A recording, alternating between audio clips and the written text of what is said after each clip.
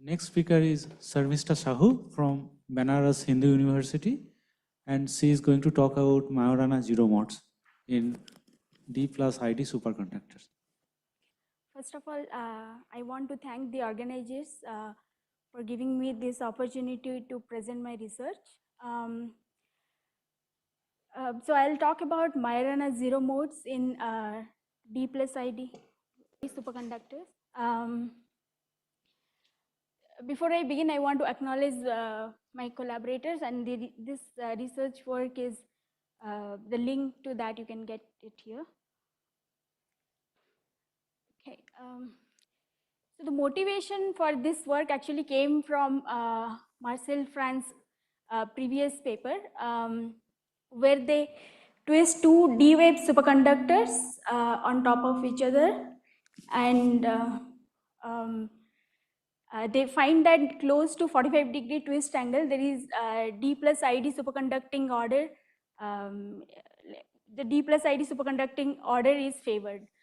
You can understand this from Ginzburg-Landau free energy analysis, but in this paper there is a nice model for the twisted BISCO, and they show you the phase diagram and the range of twist angle where this d+id superconductor can exist.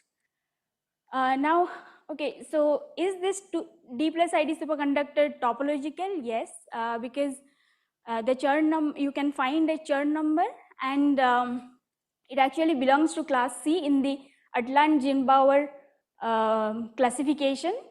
There is a nice review paper here about topological classification of superconductors and insulator. But if you want to ask whether Majorana zero modes can exist, the answer is no. It is because the Chern number is even. So even if there are Majorana zero modes, they come in pair and they gap out. Well, now how do I get a Majorana zero mode using d+id superconductor? So one can think of this Fu-Kane setup. In 2009, Charlie Kane and Liang Fu, they proposed this model where they considered the a regular non-topological S-wave superconductor on top of a topological insulator slab, and because of the proximity effect, you can get non-trivial topology due to the Dirac surface state. So in the Abrikosov vertex of this superconductor, you can get Majorana zero modes. Well, in reality, however, the detection of these Majorana zero modes will depend on what is the induced gap on the surface states, because in this setup you also get CDGM modes. These are also bound states that can occur at the vertex core, and you can only resolve them if your superconducting gap that is induced on the surface state is very high.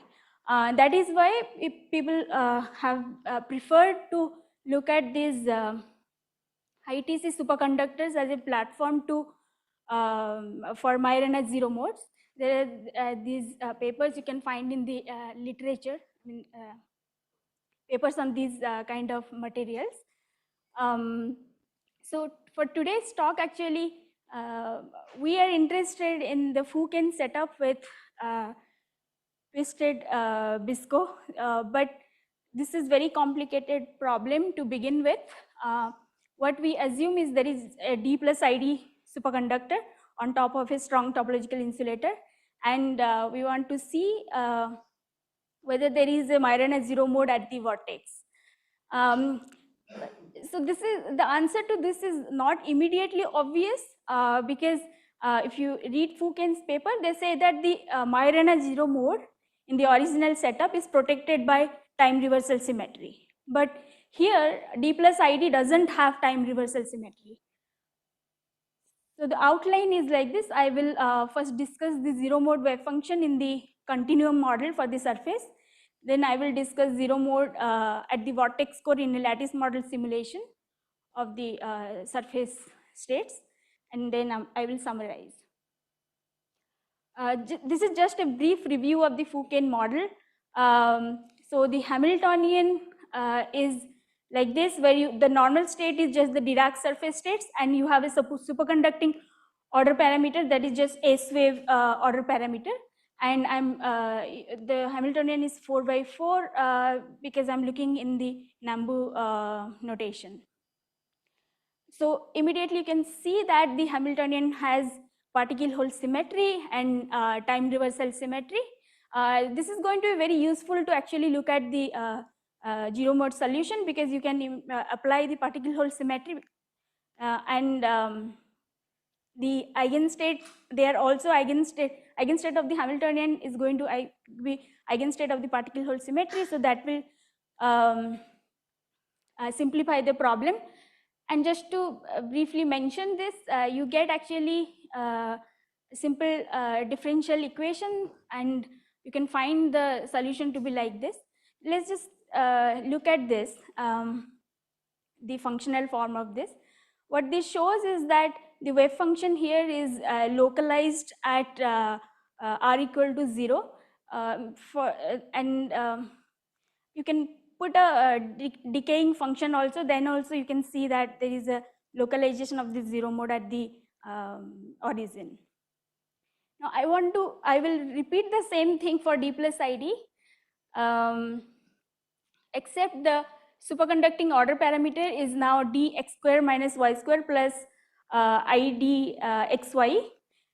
So in the momentum space, you can find the eigenstates and eigenenergies. One thing here is that for zero chemical potential, the bands will be gapless, or otherwise you will have a superconducting gap, but it's not a fully gapped superconductor. But that is what we want to avoid, because we are interested in Majorana zero mode. We don't want any other quasi-particle. So we are working with only finite chemical potential. The BDC Hamiltonian in real space will look like this. I've just added a finite chemical potential, and now the superconducting order parameter is d+id order parameter. Now this has particle-hole symmetry, but it doesn't have time reversal symmetry as before. Okay, so the d+id, you have to write order parameter, one has to write in the real space. So that there is work by Professor Vakvik and others in 2001 to show how you can write the order parameter in a gauge invariant way. And using that, you can now solve for the zero modes. And like before, you have to use the symmetries to simplify your equation. All of those are details, and you have to obviously choose a proper ansatz that will depend on the symmetry. This ansatz is based on the symmetry operators. But what I want to show is that you get a coupled differential equation where rho is the radial parameter. Okay, so if you solve this equation, you can solve this numerically. Analytically, it becomes difficult to solve. Numerical solution shows that you have this zero mode solution where it peaks at origin, but then it oscillates and decays. Well, this is because there is a finite chemical potential. It's not new, because in S-wave case also, if you put a finite chemical potential, you will get these Bessel functions and there will be oscillations. In the asymptotic limit, you can see that the numerical solution, the dotted one is the asymptotic limit solution. They match very well in the asymptotic limit. So this basically gives a good idea that there is a zero mode for the d+id on top of a topological insulator. Now I will show you lattice model simulation.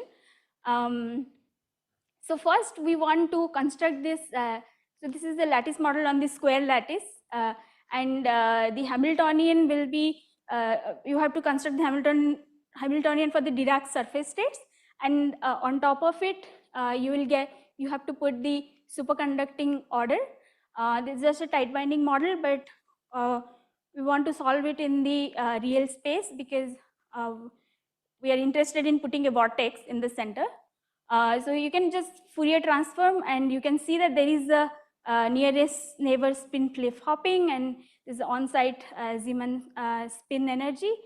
So one thing to note is that we just want a, so if you put a, if you want to write a lattice model for Dirac surface state, it's impossible, right? So this is just a trick that you have done. You actually get just from the first term, you will get 4 Dirac cones, but we put this magnetic field so that all the other Dirac cones are gapped, and you just get a single Dirac cone at the center, which is basically mimicking the Dirac surface state of topological insulator. Okay, so this simulation, I want to show you the results. What is plotted here is the local density of states at the vortex core. We find a very nice peak at the close to omega equal to 0. So which shows that there is a 0 mode. Why is it not exactly at 0? Because there is a splitting of 0 modes, but that splitting actually goes down if you increase the size. What happens is there is a Majorana 0 mode at the vortex center, and there are 0 modes at the boundary. And when you increase this size of your lattice, then they don't talk to each other and they don't hybridize. Okay, with this, I just want to show this slide just to revisit our confusion in the beginning. So if you construct a heterostructure of the same model that I just showed, for this the original Foucault model, where you have S-wave superconductor and magnetic insulator on top of the topological insulator, then you get this Chern number half and 0 Chern number, because this is time reversal invariant.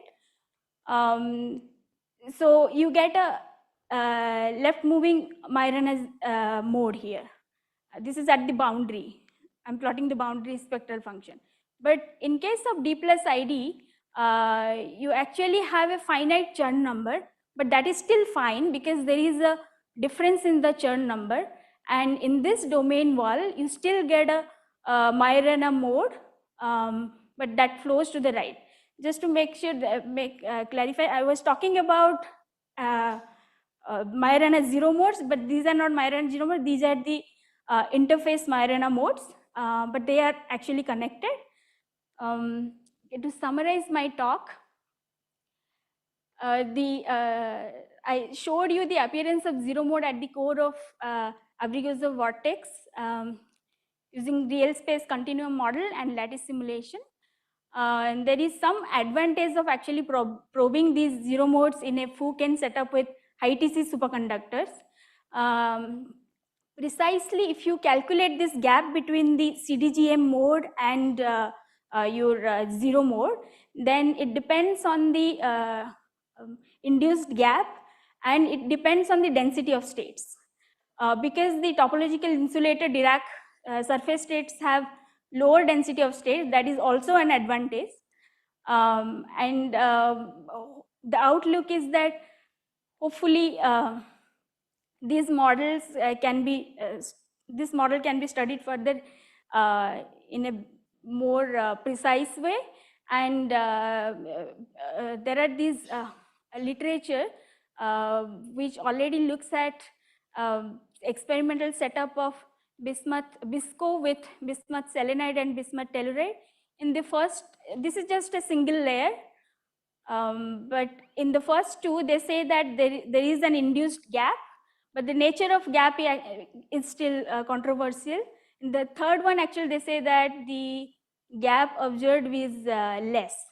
So at this point, it's not very clear whether this particular setup will work, but regardless, a d+id superconductivity can be realized in other materials, and hopefully the proximity effect can be induced onto the topological insulator surface state. Thank you. Any questions? I have a question. So regarding the recent experimental development, in the twisted cuprate, right? So do you think that, could you give some comment in the sense that how do you think the sense that finding a Majorana mode, right? People have tried with many other different materials, right? Yes. And in general, it seems to be especially a problem of material science, right? Because now, do you think that could be maybe different cuprate materials that can improve the possibility to realize? Because in this case, you are mentioning the bismuth 2212, but the problem is to realize this gap means that you have to create a real clean interface, right? And somehow, how much the disorder can impact. My question is how much the disorder can impact the realization. So what is how clean has to be? I mean, because, one could say that this is maybe basically impossible, okay? What you are proposing. And the question is, if you can give us, to the experimentalist, first of all, given the recent literature, there is in experiments, for example, I speak also about my works, that what is the bandwidth of noise, let's say, of this interface that we need to realize, how much clean in terms of order of magnitude has to be in order to realize a Majorana mode? Because so I can't give a precise answer to this, but my answer is that already if you okay, so I'm talking about the Majorana zero mode. The important component here comes from the Dirac surface states, which is topological. So that should give you some disorder tolerance against the disorder.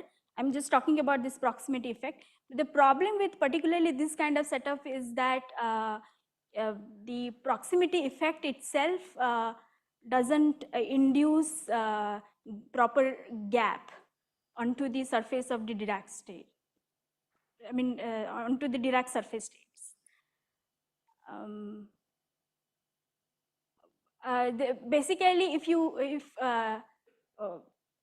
if one can find a better matching superconductivity with large gap and better matching to the underlying topological insulator lattice, then I think there is a hope. Just to give an example, just because you mentioned the nature of communication here, this is the work of Ken Birch, and that time the technology was very different, right? So they were absolutely, so this is a tremendously difficult experimental challenge because all the papers that you cite at the beginning are theoretical paper. And so I think here the challenge is really in the experiments because the interface that you may expect for this kind of devices, it's really something that it's really hard to realize. And how many other materials with Majorana modes, right? That's what I'm trying to say. That, and cuprates are a very, very fragile system, right? Right. And so I really like, but I think that there should be a little bit more discussion about the level of acceptance of disorder that we can think for realizing this state, how much robust, right? This is because this is sorry, it's just a comment. So I would say that, okay, this is the problem that we worked on, but I think a better candidate would be currently iron chalcogenide systems where not sure, but possibly P plus IP superconductivity is realized, and that is also high TC superconductor. So maybe that is a better option for experiment. So just to echo different way what was just said, what would be the size of the gap you expect in this twisted cuprate at 45 degrees for the ID component? Because my understanding of this motivation was that you could achieve in principle, high temperature topological superconductor if this thing worked, if you got a d+id. But there are these issues with the interlayer tunneling, which will make the gap at the node fairly small. Right. And your Majorana mode has to sit inside of that gap. This is with no disorder, so idealized situation. How big is that gap?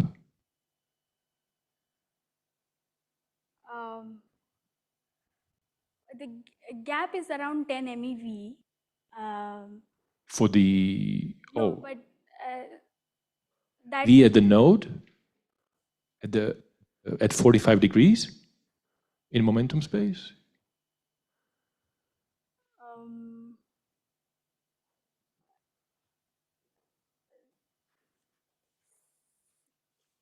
So 10 MeV is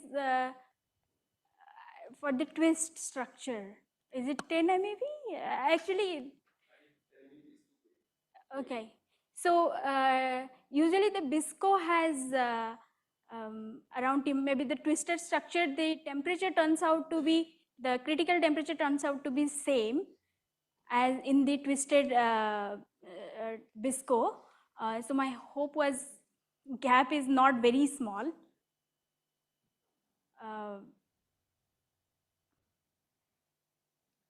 Sorry, maybe. Okay, thank you. I don't know the precise answer. Thank you. Thank you. Now